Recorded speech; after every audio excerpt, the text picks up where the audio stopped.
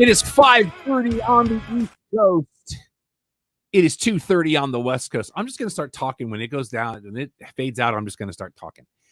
It is the 23rd of July in the year of our Lord 2023. Episode 6 of season 5. 171 times you, my friend, have been welcome to the Cheap Podcast, your one-stop shop for all things professional wrestling, live from our houses. I got to make that adjustment. It's so weird. Welcome. My name is Rob. I am the executive producer of the Cheap Podcast. And yes, I'm wearing a very plain shirt today because I didn't decide to change because it's Sunday. That way from me. I got it right this time. He is my co-host. And he probably just now realized I've been practicing that to make sure I pointed the right way. Back from on assignment now that Don's on assignment because we can't seem to skate at full strength. He is out. Well, I did not think that you had practiced. I just figured that you had just done the opposite since I keep trying to point that way for that way. Yeah.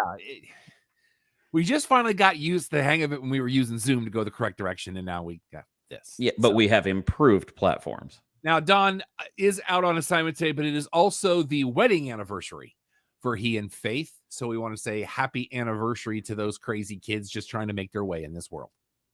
And congratulations on making it this far, Faith. We were there. We were there. So let's get into it. The company has now filed a trademark for uncensored. I loved WCW Uncensored, but that particular pay-per-view theme is kind of a capsule in time because we now live in an era that's already a thing. Like that is very true. It's not special. No, it's and also ran at this point, which why bother at this level unless they're going to try and do it. And I have a funny feeling that's going to be your next NXT special. We'll see. We have one next Sunday night. Yes, we do. I'm still putting it out there to the universe that I need HTO to sponsor the show. That's what I'm drinking currently today, the unsweetened Georgia Peach. And if they had a location close enough for me to want to go there, a.k.a. not Garland or Mesquite, I would be more than happy to spend a good amount of money there. I still say they should have a delivery service, subscription service. Get on DoorDash at least. And by the way, I don't know if I told you, but they now have an unsweet decaf blueberry that is delightful. You did tell me. That sounds very good. That sounds like a breakfast tea as well. I think I might see if I can get somebody to put a bug in somebody's ear that I think would champion this show. I'm just saying. For those of you that missed the announcement on Friday night, WrestleMania Extra Large tickets go on sale and that's what I'm calling it, August the 18th at 10 a.m. Eastern. For those of you that don't know the dates, that is April 6th and 7th, the weekend of my mom's birthday, over there in the Philly. See, I found it interesting because they're not saying the dates on anything now.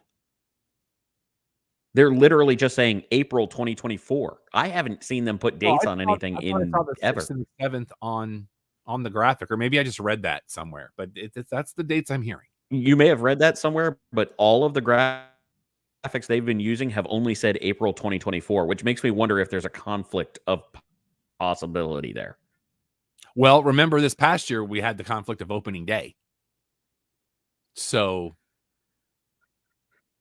depending on where you lived, it was the opening day, but that's okay. Yeah. Monday Night Raw, Bayley tweaked her knee at a live event last Sunday night. That's why you have not seen her on television.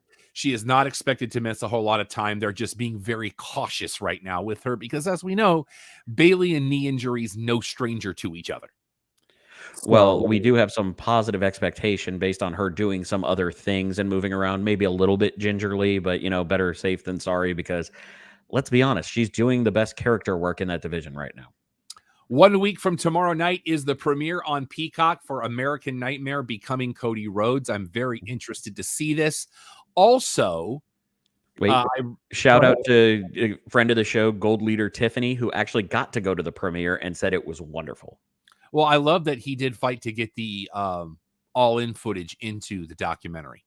Oh, nice. The first all-in. So, also want to welcome everybody that has joined us because now we are live on Facebook Live and on YouTube and on Twitch. So tell everybody you got choices, kids. That's America. Make it easy. Make it everywhere. Exactly. That's what we do. Congratulations to the Alexa Bliss and the Ryan Cabrera. Mm-hmm. They announced this week they are having a girl. Yes. So mazel tov to those kids. Into Raw we go. Hulu did not get Raw or SmackDown this week. And apparently one of the things I missed was Alpha Academy versus War Machine, which I'm told was an excellent match. So, well, with those four involved, it should be. Agreed. We have new tag team champions in the women's division, so you got that going for you, which is nice. Really, the only great thing to me that's come out of that is now Matt Cardona claims to be one half of the women's tag team champions. So, oh no, it's even further. Have you seen? I'm sorry. And he took the belt to an indie show this weekend. Oh, that's not just an indie show, sir. That was the DDT Pro, that he won, largest alternate to All Japan and New Japan, and he wore the belt to the ring. Yeah, he did. And in a rarity, especially recently, let me say recently in a rarity, Beck's outdoing Seth in the outfit department. I think that had more to do with the storyline they were telling with Seth and Finn, and I really appreciated okay, we're dropping all of the pageantry because this is a fight. And I dig it. It gives it another level for us to care about a match that literally just happened. NXT, just real quick, if you were somebody like me that watched NXT UK, they used to be on something called BT Sport. And in a strange, ironic turn, they are now TNT Sports. So you got that going for you, which is nice. Oh, am I on a delay again? Oh, no I think conflict. I'm caught up now. Now I think you're caught up again. Okay. So we now have the ending of Los Lotharios? Maybe. Honestly, this is another one of those that I kind of...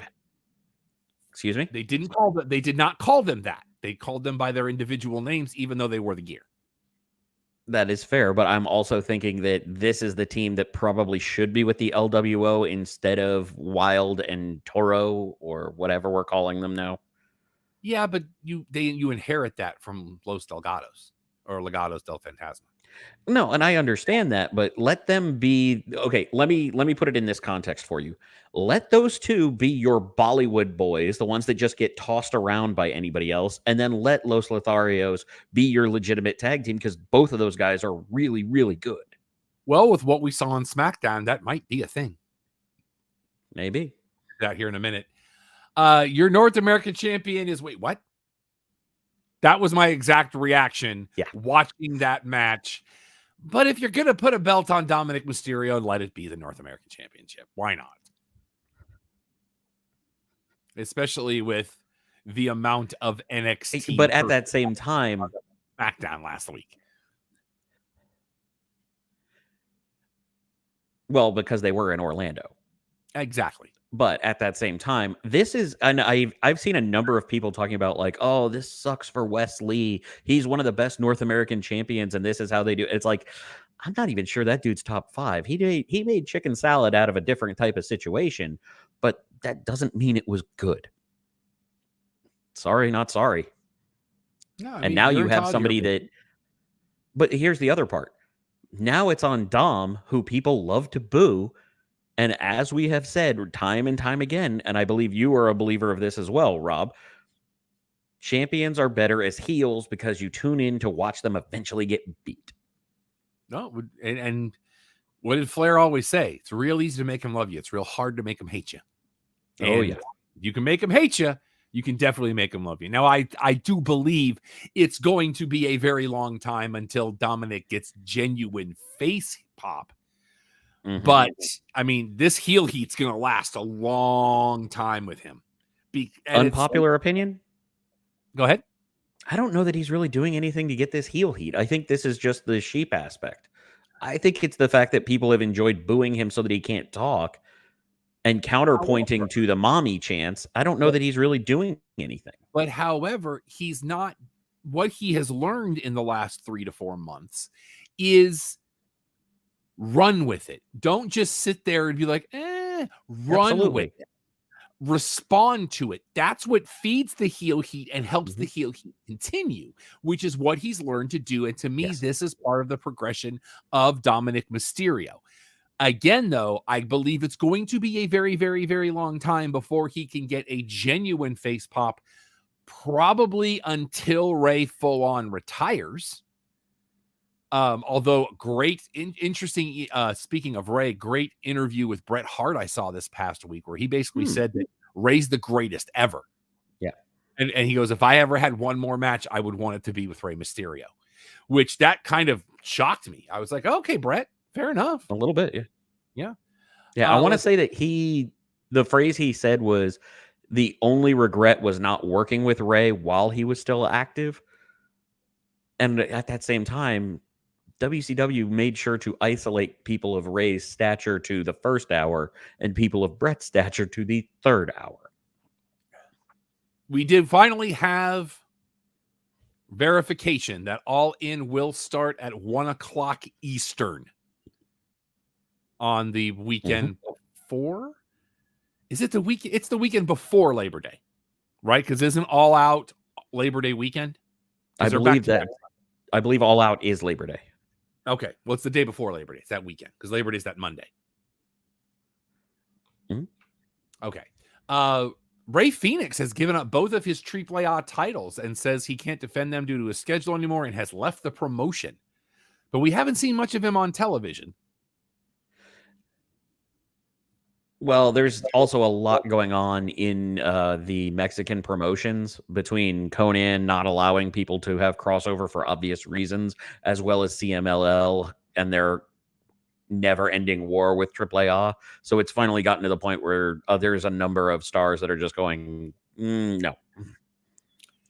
And we had found out Madison Rayne on TV for a little while now, not on TV. We found out that right now she is dealing with a broken foot, which is why we have not seen her in the ring as of late. I would like to see her, if she can't be active, put her at the table for Collision. Let her be that third voice. Because no ill will, not interested, don't care. No, I think she does a great job on commentary. So Jack Perry, apparently now Baron Corbin. So he's got that going for him, which is nice. As he buried his old gimmick in the desert. Off the table. Off of everything. She is a spare. You are really delayed right now. I think I just caught up. What about? Yeah, Alex is on a bit of a delay. He's having some technical issues on his end. Yeah, my technical issues are rock wall. Okay, you're getting better. You were closer than you were because I was way past the Madison Rayne point when you said the last thing about her. But I feel like Jack Perry and Baron Corbin kind of on a parallel bit doing the Freedom 90 video with their old gimmicks, and now you've got that. I will say MJF. Yeah, but I'm interested in Corbin. Perry has no charisma. I think that will work for him as a heel because he can do the I don't care about you. I don't have to have any excitement about anything bit. Now, do I believe this heel turn lasts a while? Not really. Because the heel turn for Luchasaurus, at least he's got Christian Cage,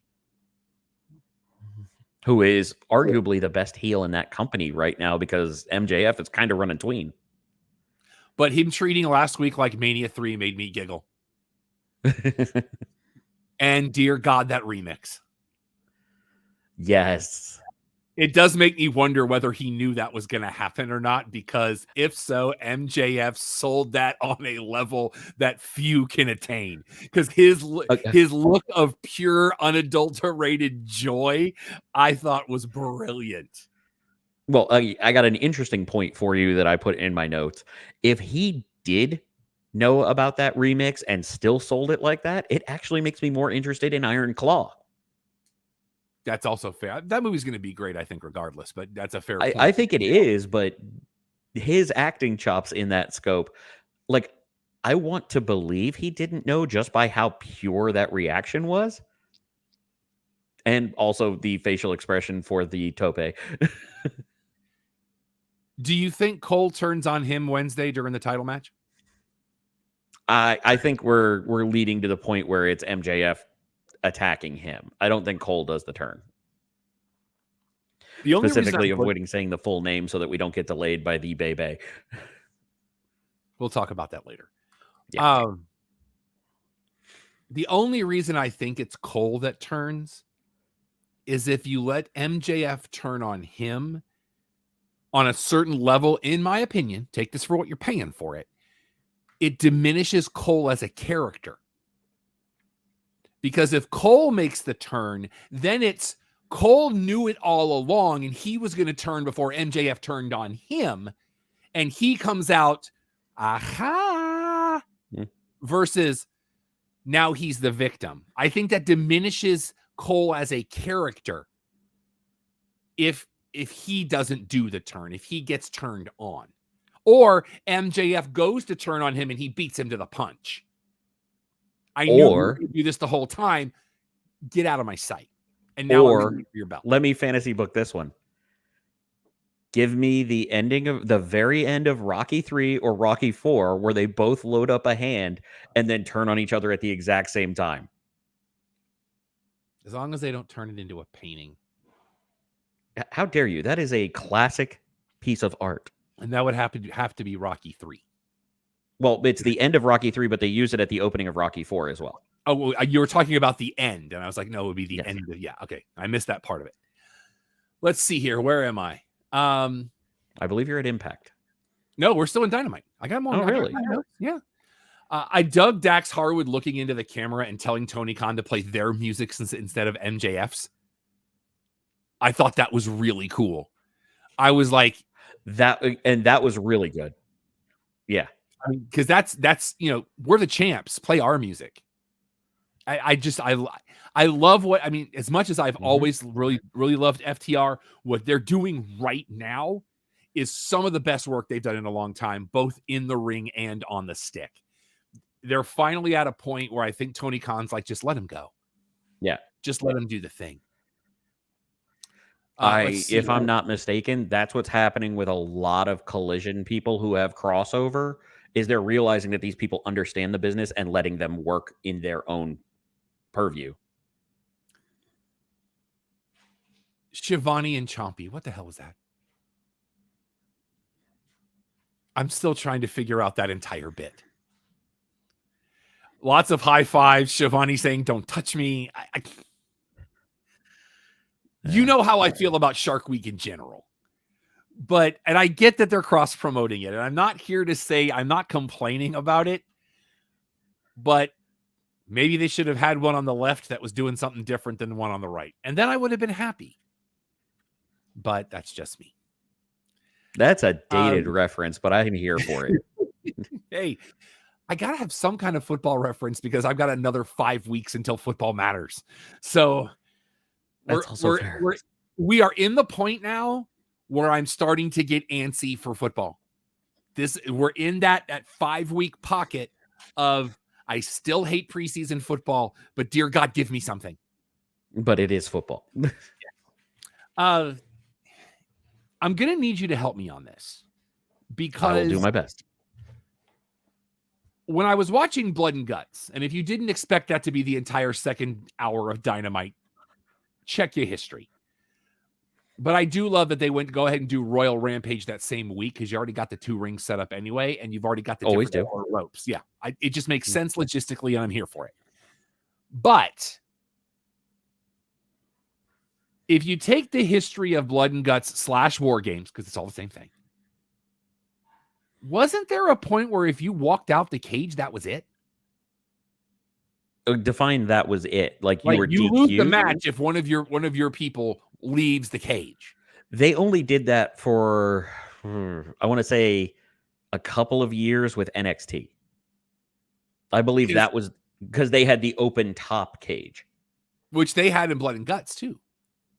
No, they didn't. That's how they poured the tax. They had that big hole. That's a cage. That's mesh. Was that? It's mesh? not open. It's mesh. Open. Okay, fair enough. Yeah, no, it's chain link. But it's like Pac walked out, and I was like, I thought that would end. And then Takeshita walked out. Nope, that was only in NXT twice. And let's be honest, they've done that every Blood and Guts. Oh, in and some form or another. since you missed last week, I did make a pitch. Mhm. To end this Ronda Rousey, Shayna Baszler thing. Dust off Fight Pit. Oh yeah, no, 100%. You and I talked about that a couple weeks ago. Yeah, I just want to make But sure that you were caught up because we did actually talk about it on the Mhm. show. You were out last week. Yeah. No, we had talked about it a couple weeks before that. That absolutely is. But here's my other problem. As possibly Baszler defender number 1, I don't care. I really don't care. Let's just But get that's it because Ronda's always been terrible. By the way, in case you were wondering, I'm drinking the unsweetened Georgia peach with a little Splenda in it. It's delightful. Nice. But this week, circling back for a moment, this week was a perfect example of how Ronda doesn't care about this business. It's like, slow down, stop just trying to say the words so that you can go back to catering or leave or whatever it is. Just slow down, deliver your promo, and maybe don't go quickly and be terrible. Just hunch. Good luck in UFC. Allegedly, because now Oh, I'm no, hearing that's- rumors from that side of the fence where it's like, maybe not. Well, let me put it this way. It's not going to be a rocket strap for UFC because that's legitimate, but you don't really have the star power. You know what? Give her a one-off against Holly Holm and see if she can overcome a head kick for the first time. Fair enough. Impact Wrestling, Nick Aldis and Zicky Dice now free agents, which makes the result of your main event at Slammiversary make more sense. That might be a spoiler for this week because him and Swinger are in a loser leaves town match. So sorry about that. And shout out to friend of the show, EY. I don't know if you saw this headline either. It happened either yesterday or today. He is selling his gear from Slammiversary to benefit Joe Deering. So I'm very excited for that.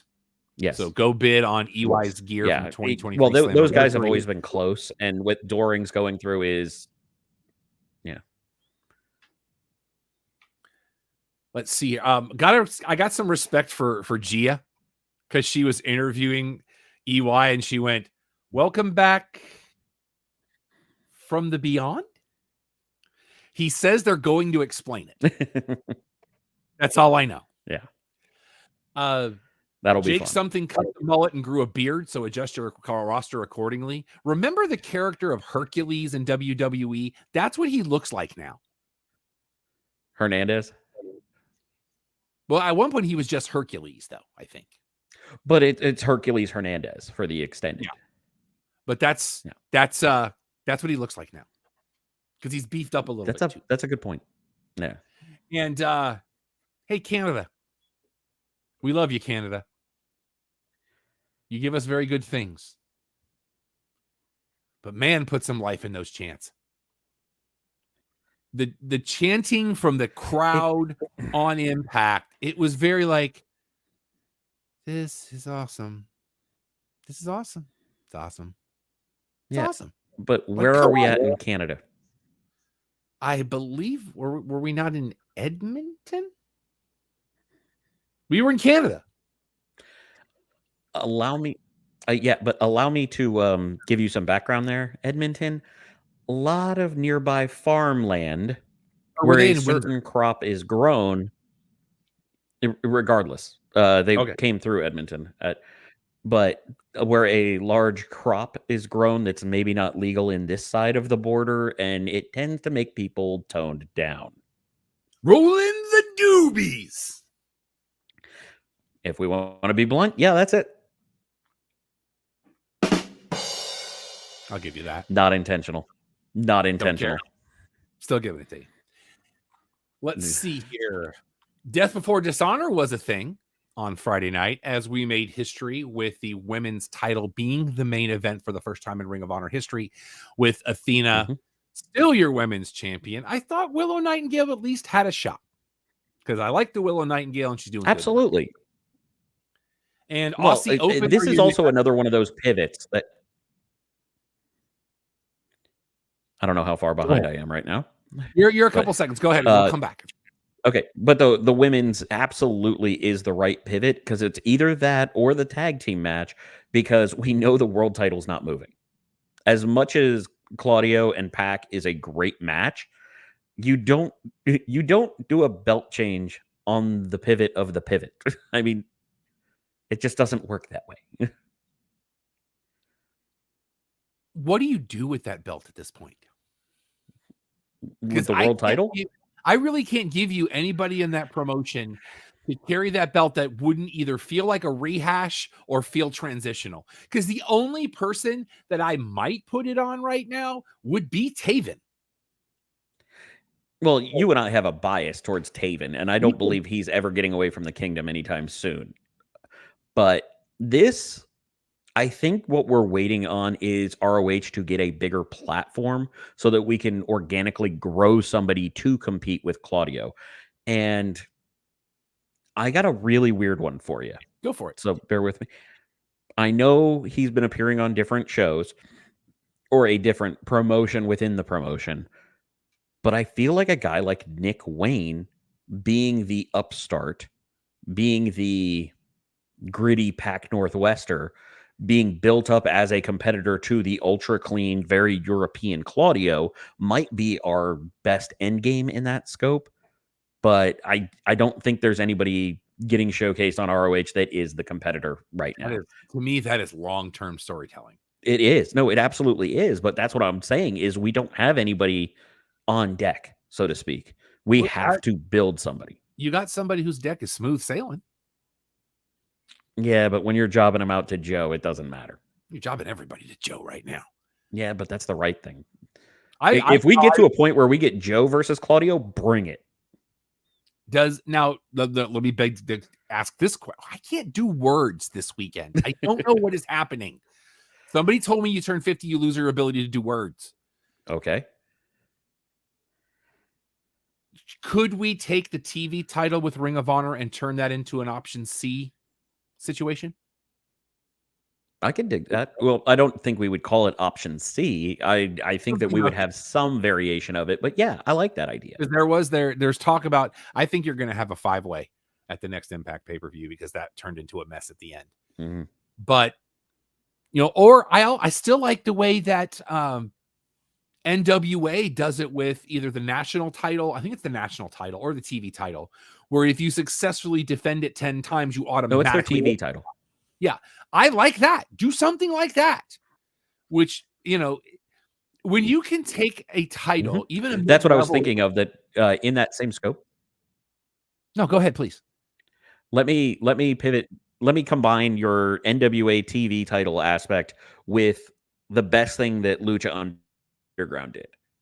Okay, because you had I want to say it was the Gauntlet of the Gods, where you had the belt that each time you beat somebody who had a coin, it went in there. When you filled the belt, you got a title shot. Mm-hmm. Give me the TV title with more plates, okay? You don't have to do 10 because people's attention spans can't stick with it anymore. But each coin slot is a different Turner station, and once you fill it up, you become the king of television, and you get to go after the world title. This week on True TV. Mm-hmm. Well, it doesn't necessarily have to be on there, but each coin slot is like True TV, TNT, TBS, fill in the other ones. I forget what they are, but you literally build it from like prestige level of the networks. Yeah, I'm here for it. I just do something different. I mean, because I'm a huge fan of the TV title in general, in its purest form. But give me something different. I'm just saying. Yeah. Let's see, real quick. Chris Coleman. I need you to tell me Eddie Gilbert's nickname, please. He called him Hot Shot Eddie Gilbert. It's hot stuff, Eddie Gilbert, Caprice. Just because Rigatoni's I think he got confused gig doesn't thinking it was going to be Hot Sauce Tracy Williams because too many. But you want to talk about, speaking of Tracy Williams, the number of matches that were on 0 Hour? Oh, I think Alex just froze up on me. You back? Okay, you're back. The number of matches that were on 0 hour. Last thing I heard was there Go was ahead. like 5 or 6. Yeah, I was reading the results and was like, There was like 5 or 6 on 0 hour. I respect it. And good to see the Bollywood boys have dropped the camera gimmick. Good job, gentlemen. I'm here for you. I was okay with it because it did what it did. It gave them something. It gave them a prop. But I like them without it. I don't see them winning tag team gold anytime soon, but I like them without it. They're a good tag team. No, Rampage. the only way I see them winning any tag team gold is if they get in really good with New Japan and their junior tag division. I'm good with it. Rampage, only one note. I feel like Jericho needed more puns in that commentary. Full-blown dad Jericho. Dear Lord, man. SmackDown. I don't know why. Actually, wait, before we get off of Rampage, I have a question. Okay. Sure. Was there anybody besides Darby that you would have rather seen win that? Talking about Royal Rampage? Yes. I honestly didn't care. Yeah, it's become so meh on that I wanted them to surprise me with who won to make me consider the show. Hashing out now, I love Darby Allin. I've always been a fan. Mm-hmm. But this is copy paste from stuff we've done before, so who cares? And I think because they're calling it Royal Rampage, it annoys me a little bit. A little bit of gimmick infringement. Yeah. But it's the setup. It's they want to try and find as close as they're allowed to use for what people know. Then maybe add a third ring. No. There's already 2 rings and it's stupid. Let me put it this way. I don't like the individual rings getting down to the final 2. It annoys me. I kind of like it because it makes it a little less of a cluster. But at the same time, I'd rather just have everybody be able to fight everybody. It's stupid. And I hear where you're coming from, but when I went back and watched all of the World War IIIs, one of the things I dug the first 3 times they did it, the last time they didn't, was you had different commentary teams in each ring. And I kind of liked that because they could throw back and forth. And with that many people in that many rings, you could do more. That's been my problem when the Rumble fills up, is it turns into a mosh pit at a certain forearm point. Fest, as Carl Anderson says. So let's spread some love out a little bit and so I can see some moves and see some things develop within that match that you could carry beyond it. But the whole Royal Rampage thing, I didn't care. There's a part of me that kind of wishes there was a good way to tell the story of once you eliminate somebody from your ring, you're allowed to cross the 2 sides. Or you get like a 2-minute rest period or something. I don't know about the rest period, but there's something in there. Something about X has eliminated a participant and may now cross the line into ring 1 or something along those lines, so that you can tell like a heel that is running away from somebody. Like, hypothetical, Swerve eliminates somebody, Keith Lee comes out in the Royal Rampage to his ring, Swerve runs to the other ring, but Keith's not allowed to go over there yet because he hasn't eliminated anybody. Then let him beal somebody over and then just chase Swerve among the 2 rings. That's why you get the 3rd ring. Ring 1's for winners, Chip. Okay, once you eliminate somebody in one of the 2, you move up to... Yeah. Okay. And that's the winner's ring. And then when the other 2 empty, then you have your finals. I get that. We are so good at this. I feel like we almost want to separate that ring, though. Like, give it somewhere else. Like, put the winner's ring next to the stage, so somebody's taking a long fall off into a table or something. Or do it in Jacksonville and put the 3rd ring in the field. Or put the 3rd ring on the stage. Oh, okay. Yeah. Yeah, where they have the stands typically. But I kind of dig the field idea. I do kind of dig that. Like, maybe you start with a ring at the end zones, you eliminate somebody, then you get to basically sprint to the middle ring, and let's combine everything. Okay, are you ready? I'm here for it. Let's go. We have the individual rings for the Rampage. Mm-hmm. Once you've eliminated somebody, you can go to the winner's ring where they have the brass ring above hanging in the stadium. But to get there, you have to eliminate somebody in the other rings to then qualify for the live ladder match in the middle of the stadium. I feel like we're flirting with King of the Mountain at this point. Yeah, but not as dumb. There's no penalty box. And doing it in reverse. Yes. SmackDown, I got to be honest. When you call something an invitational, it feels kind of classy. Even though I was only halfway a paying attention to that match and thought somebody else won it. That's how little I was paying attention to that match. That's so messed up.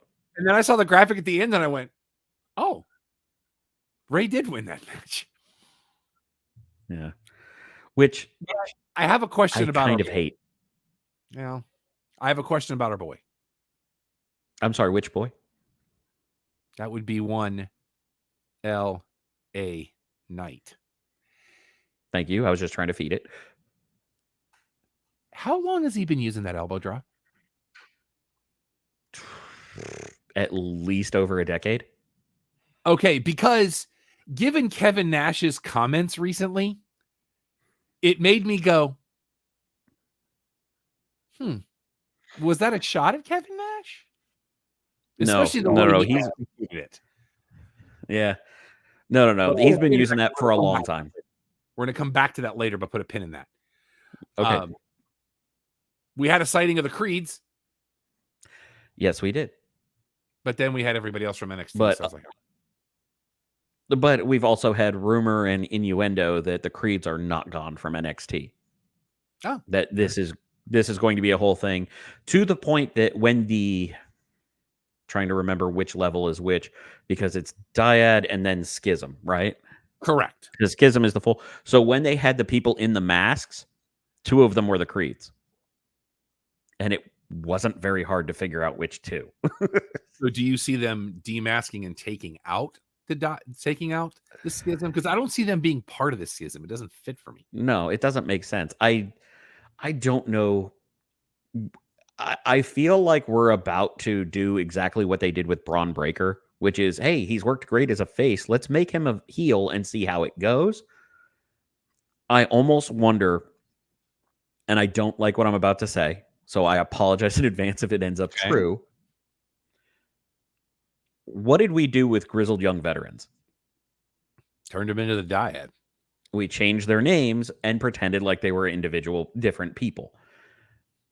What if the Creeds have been indoctrinated to the Schism? They will have different names, and that way the Creeds are gone from NXT, but here we are. But didn't Diamond Mine start heel? Yes. Okay, because you did the whole let's turn him heel and see what happens, but we've already walked that road. But the problem is that the Creeds were just, I'm trying to think of the way, they were just killers. They weren't doing heel work. That was when Stoke had the microphone, or that was when Roddy was doing work. They've never been true heels. They've just been part of a heel group, if that makes sense. That's fair. That's fair. Yeah, because I think they want to see character work from those 2 before promoting them, because the ring work is stellar. Yes, agreed. Lashley now meeting up with Hayes and Williams. Boy, we've been telling a long story here. I'm just waiting for P to show up. Here we go. Because I miss the Hurt Business. As do I. Yeah. Let's talk about that last segment. Oh, boy. First of all, I want to know how many of those tables they have. Because those tables are a specific manufactured table. But put that aside. First of all, Jey Uso bringing the heat. Absolutely. Jey Uso is doing work right now. And I said it before, and I'll say it again. This is being done correctly because it's Jey that really kicked off the bloodline angle. And now it's Jey being the one to tear it down. Because again, Paul Heyman is killing the game. Yes. And Solo is growing leaps and bounds without saying a word. Mm-hmm. This kid has far exceeded my expectations for him. And I wasn't low on him. It is well documented on this show. I am a Solo Sikoa fan. Same. He is doing, like, the fact that, now granted, you could be around a lot worse company to learn from. Let's be real about it. But he's learning it. Well, but the other thing he has been doing, and it is the exact opposite of why I was hating on Dominic Mysterio for so long. He understands to let things breathe. He doesn't have to force the issue. He can just stand there, be intimidating, sell the body language, and it will materialize. And I'll tell you what I really, really dug. I wish they would take the title out of this match, first of all. Because by putting the title on the line, I don't know that my prediction would change. Well, it's without schmoz. We're getting to the same aspect with this as I talked about when we were first thinking of Roman versus Rock. You don't need the title on the line. If you want to just tell the tribal chief story, that's good enough on its own. But I kind of think that this is where this is a very narrow threading of the needle. I think we actually let Jay go over and then get cashed in on. You know what? I forgot about that, and I'm going to give you credit for that because that's a fair assessment that I'm kind of here for. So Jay still wins the tribal throne, but all the reports that we've seen are that with the Judgment Day getting such great reactions in every direction they choose, that is your replacement for the Bloodline stories, or at least your A story for the shows. So what winds up happening is this is a full transition both for Roman and Jay into a separate tribal aspect, as well as the changing of the guard from Bloodline to Judgment Day with the end of the Bloodline feeding into undisputed Universal Champion Damian Priest. But what I really dug is Roman's selling that where the heads were, the elders, it was their idea. Roman still takes the time to show the respect. They walk to the table, they have the handshake and the tapping of the heads of, we respect what our elders have established. We'll follow the traditions, even though I kind of want to rip your throat out. I'm going to be cool about it, and we're going to do what the tribe dictates. And I thought that was a brilliant touch. Again, Paul Heyman is the Hall of Famer to end all Hall of Famers, in my opinion. And this is just one more feather in a cap that is the size of New Jersey, in my opinion. An XL cap? Yes. Like this storytelling, it's the best thing WWE has done, and I can't tell you how long. It's been a long time. I can't give you a storyline this company has done that has been this compelling on almost every level. And what I love about it is Heyman knows. He just knows, okay, this is starting to get a little stale. Let's throw a wrinkle in. You know, his timing in this storyline is flawless. You know, there's a lot that people can knock on Heyman, whether it be from a business practice or anything from the ECW days. One thing that man has always been able to do is read a crowd, feel a building, and know exactly what needs to happen. And he knows when to be in the frame and when not to be in the frame. When to sell being in the frame. When to oversell in the way that only Paulie dangerously can do.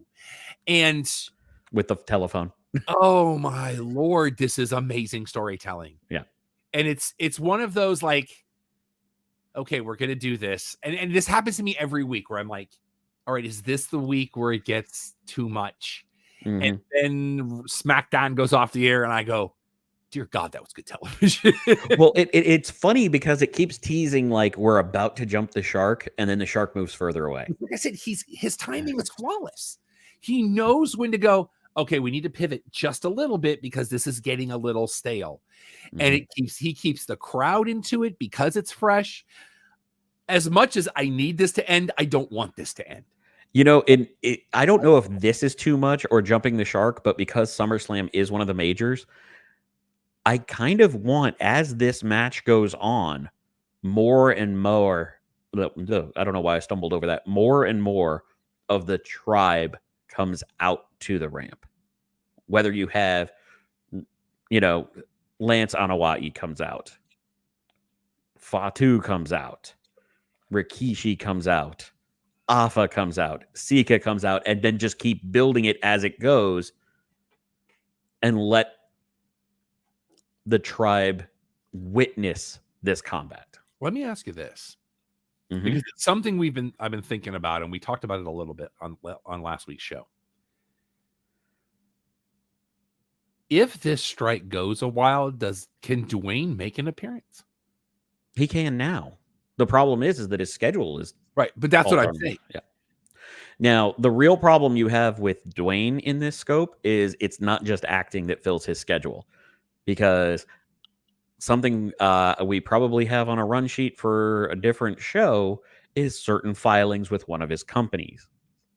We don't, but we can talk about it. We'll worry about it then. Mm-hmm.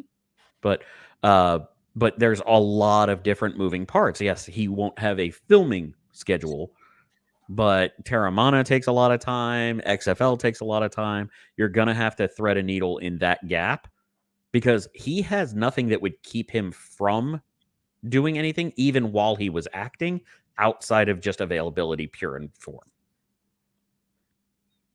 I'd be interested. Yeah. AEW Collision, I really only have one note. Ricky Starks, and I quote, "There's nothing in the bag. I just wanted to show off this new Louis bag that I bought." But here's my thing. Love Kevin Nash. Huge fan. Would love to sit down with him. But if you're going to make that kind of a statement about LA Knight, Starks my favorite note from that. I think you caught me on a delay. Mm-hmm. Go for it. Yes, I did. But my favorite note on that one is Ricky Starks now has the longest pyro entrance in AEW history that Crody used to have. I could have walked and gotten the mail and come back, and that would have still been going. But I mean, Collision. He still would have been on the ring pumping fists while the fireworks go. Collision is doing enough right now, in my opinion. We're 6 episodes in. It's doing enough that that's the only show I watched. Collision is.